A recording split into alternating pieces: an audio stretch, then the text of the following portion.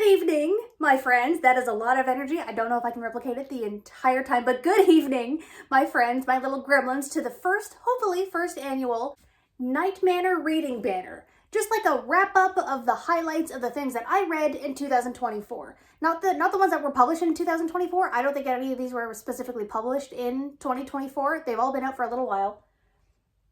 Actually, that might be a lie. I don't remember when The Familiar came out. That might have been last year? Anyway, this is exclusively a list. Exclusively? This is mainly a list of books that I read in 2024 and just my thoughts.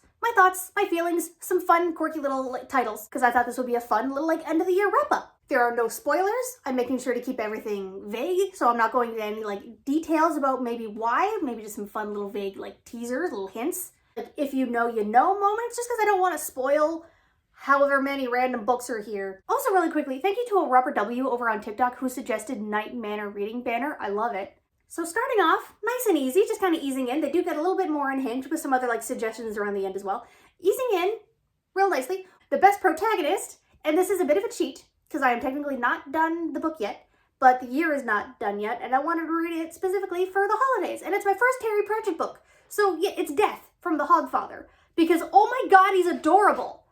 I have never read a Terry Pratchett before, and I wanted to read something, festive, trying to get into seasonal living, wanted to actually get into a little festive spirit, but also in my own way, also a Nightmare Before Christmas dress. I wear this more often than just Christmas and Halloween. This is a regular of mine.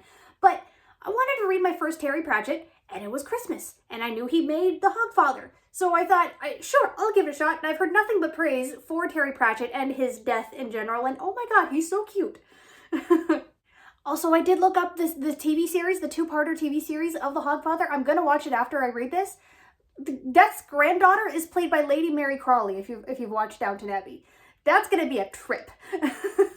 Anyway, keeping things simple, we're going with the best villain next, and that is going to be one of the villains. There's two. One of the villains in Danny Phantom: A Glitch in Time, the graphic novel by a Gabriella Epstein. Actually, not in association with Butch Hartman. It's a different. I'm very afraid that might fall over. It's a different team working on it now. The style is still totally fine. It still felt like Danny Phantom. It still felt great. And there's two villains. We see a couple of other ghosts, but there's two main villains. I don't know if he's technically the secondary or the primary villain. I would say he's the primary villain, based on how this goes. I loved the little backstories reveal. I love how we're fleshing that villain out a little bit more. I love the possibilities for the future of him and the other villain as well. Both of the villains fleshed out really well. So speaking of, technically not villains, but tragic backstories. We have the best tragic backstory because I love a tragic backstory. Give me that angst, give me that sadness, give me the yearning and the longing and the sadness. Sorry, Kaz Brecker from the Six of Crows, because oh my god, where are you? I'm gonna keep pointing to this in general and hitting it apparently, but this is why I also don't usually stand in the videos. I think I flail. I didn't really realize I did that until I started making videos.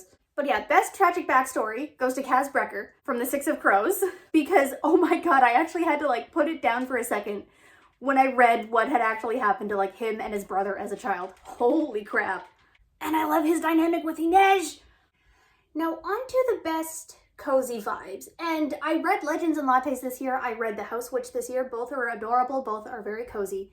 But this was cozy. I really had to sit down and I wanted to think of what made me feel cozy. What made me really want to sit down, curl up in my chair with a blanket and really get lost in its world. And that was A Study in Drowning. Yeah, it's not exactly a cozy read. It's not actually the cozy fantasy genre. But just the imagery and the setting of this decaying and partially flooded mansion falling apart. Imagine Crimson Peak Mansion, but just damp everywhere. There's mold, it's falling apart. But I felt cozy. I felt cozy, not exactly warm. I can't explain it, but I think it was just vibes that I was getting. It's just a world I really settled and nestled in. The Study in Drowning, where everything is just damp and crumbling and falling apart. Now, in a slightly similar vein, not exactly, but a slightly similar vein just in regards to maybe the time setting and the Regency era stuff, is the one I want to give to the biggest surprise. The book that surprised me the most this year, because that's A Natural History of Dragons. a Lady Trent memoir. It's a long title.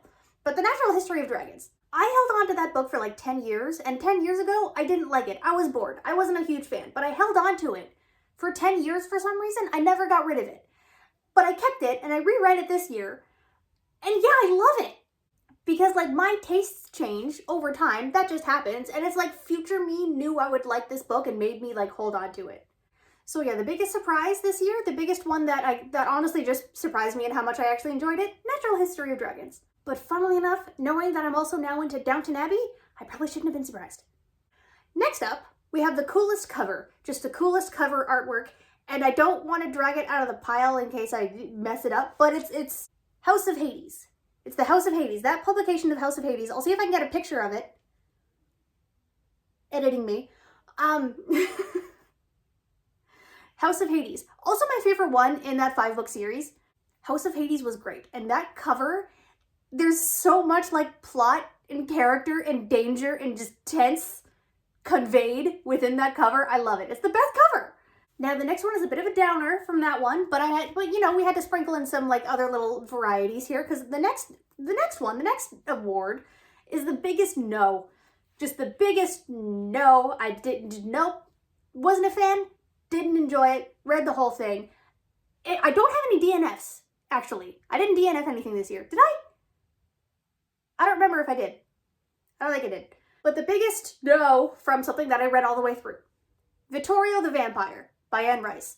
I'm on a binge, not so much a binge, but I am rereading all of the Vampire Chronicles because I love them. I love Lestat. I love Louis. I love Queen of the Damned. I love all of them. And I wanted to, reread the whole series. And right now I'm on Merrick. Side note, most uncomfy goes to Merrick. I love Old Man Daniel. I love Tales of the Body Thief. Don't like Merrick. I'll make a video on that one later. But the biggest no for this year is Vittorio the Vampire. The big boy in the middle. Didn't like him. Didn't like him. Sorry, Anne. I did not enjoy Vittorio. I don't really know who did.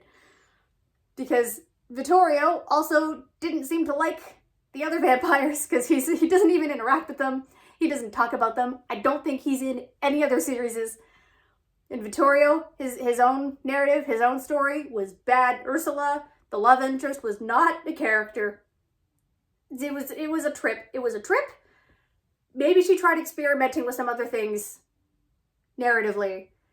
Didn't work. I don't know. Now, less angry in that case, less down in that one, but still more of like a meh. The most like disappointing, not Vittorio.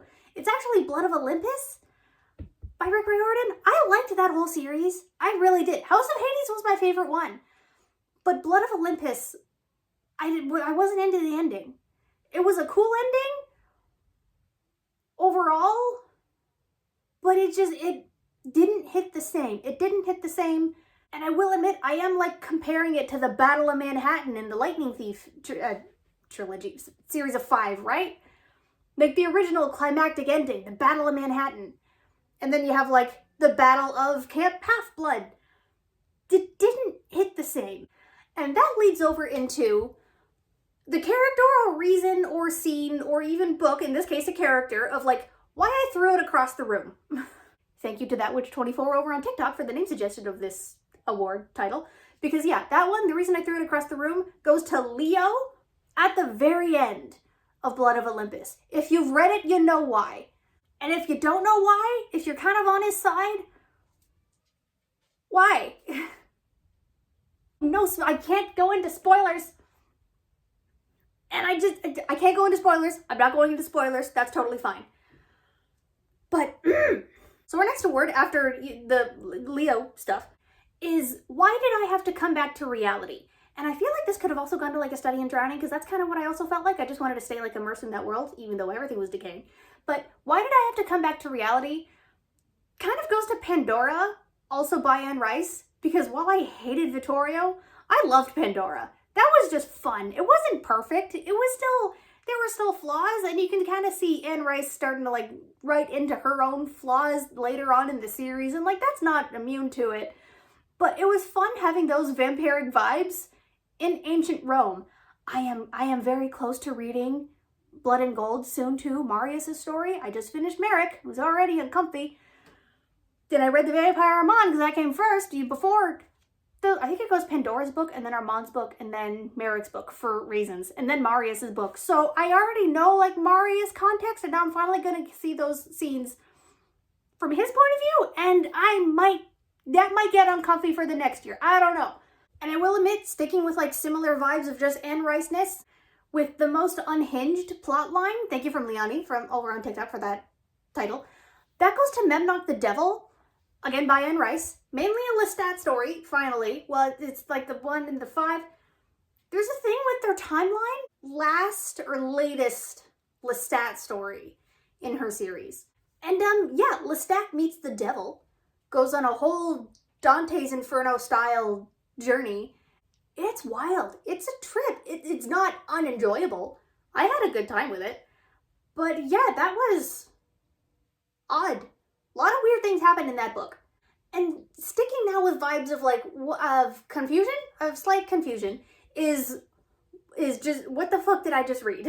By Garth Rogers over on TikTok as well for that title.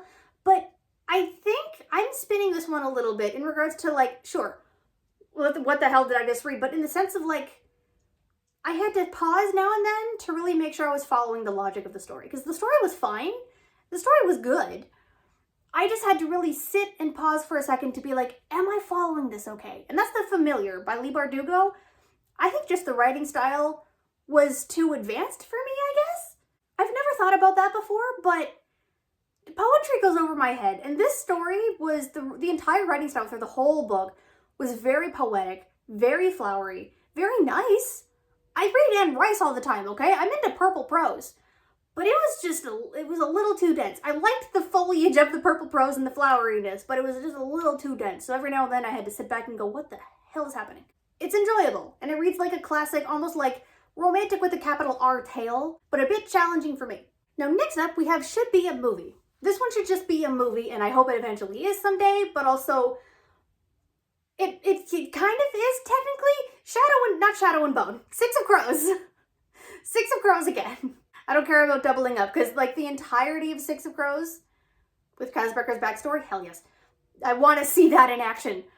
But the Shadow and Bone TV show that we have, it's good, sure, but I don't count that. I just want the Six of Crows by itself adapted, because that's a trip. That's a wild ride. It's an action flick with like teenagers and magic in like a Russian ice prison.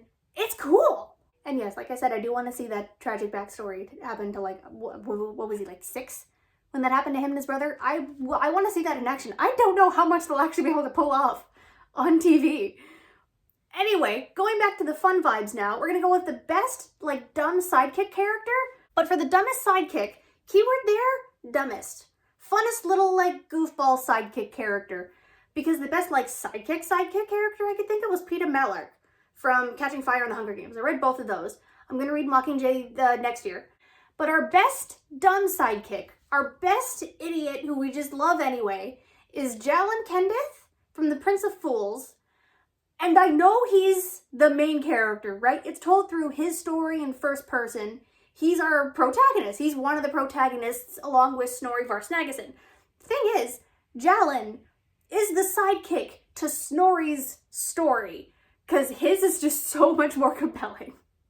He's the one who's like the classic hero, off to save his wife and family, and Jalyn is just being dragged along the whole time, literally and figuratively with like magic. And he is not having a good time. He is complaining the whole time. Jalyn Kendith is the sidekick in his own story. And to round it all off, we're gonna go with This Reads Like Fanfic by Neo Dead Girl over on TikTok. I love your username. But yeah, reads like fanfic. We've all read books like that. Sometimes they're our favorites. Who cares? That one, also, I'll admit, I'm doubling up again. It goes to Vittorio and Anne Rice, and I feel like she swept the awards this year because I've been reading a lot of her stuff, and I'm only like a little over halfway through the whole like series. There's 15 books, okay? Each one has their own vibes, and Vittorio had the fanfic vibes. And I also kind of wanted to play into the irony of Anne Rice's relationship with fanfic. Granted, I have been hearing like new things from like Maven of the Eventide, and I trust her with like my Anne Rice lore stuff, so I don't know if Anne Rice actually just hated fanfic for the sake of fanfic because she just didn't like it and she wanted to protect her characters from it. Fair, I guess. Or if her publisher scared her away from it. And maybe, if you're a newbie writer and publishers are kind of scaring you about your debut novel, about how evil fanfic can be, I mean, yeah, I'd be intimidated too. At least back then when it was first published. Nowadays, I mean, I have books that are published and there might be fanfic about it one day. That'll be weird. I don't know if I'll read any of it. I might. More out of like curiosity. If you want to, go for it. But yeah, Vittorio the Vampire was that bad. It read like fanfic. It kind of entertaining bad, I'll give it that. There were some moments where I'm again just like, what the fuck am I reading? But like, not always in a fun way. Sometimes in a fun way, not always. But yeah, Vittorio was kind of that bad where it read like fanfic of her own stuff. It even opens with this new guy, Vittorio, writing in his own little journal saying, we don't need any of those newfangled, those vampires that you know. They're just high and mighty, sitting up on their thrones and high horses. Lestat needs to get off his high horse. I'm going to tell you my story. Who the fuck is this guy in like book 7? Also, I wanted to add here at the end one of my own ideas, which I added in the pile and I almost forgot about, an honorable reread. Because I like rereading books that I've already read. And that's The Lost Boy by Christina Henry. If you're in for like a horror style, actually scary Peter Pan, she's got you. Also side note, I'm reading Murtagh again by Christopher Paolini, but I had to put him aside just for now to finish up The Hogfather. So yeah, that wasn't everything that I read in 2024, but those are definitely the highlights. And I will admit, 2024 kicked my ass. December alone kicks my little introverted ass, okay? So I am hoping 2025 is a little kinder. But also with some of my own books actually being published next year. So I'm excited for that. But yeah, good night everyone. I hope you enjoyed my little like highlights of 2024. I'm excited for 2025. I am hoping we ease into it a little bit and really make it our year. I really want to make it, maybe not like make it this year, but at least get a couple of project milestones down.